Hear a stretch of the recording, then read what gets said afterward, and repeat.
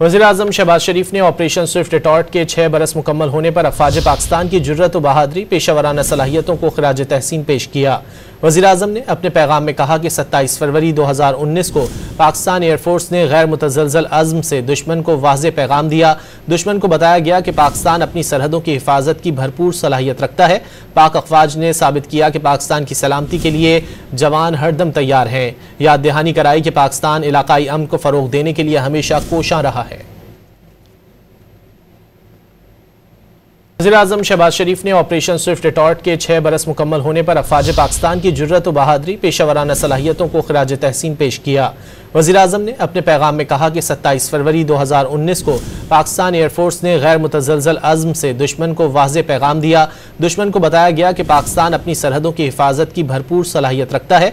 पाक अफ़वाज ने साबित किया कि पाकिस्तान की सलामती के लिए जवान हरदम तैयार हैं। याद दहानी कराई कि पाकिस्तान इलाकाई अमन को फ़रोग़ देने के लिए हमेशा कोशां रहा है।